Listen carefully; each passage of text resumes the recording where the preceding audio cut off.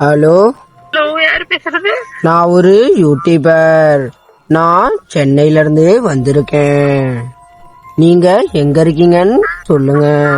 Amazon காட்டுக்குள்ள இருக்கேன். உங்க வாய்ஸ் அழகா இருக்கு. ஏய் மூடிட்டு ஆண்டி எங்கன்றா அமேசான் காட்டுக்குள்ள.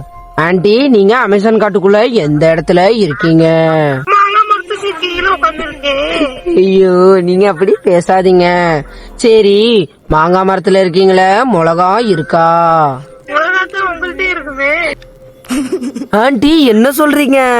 வரவல்ல பிச்சுட்டு வாங்க.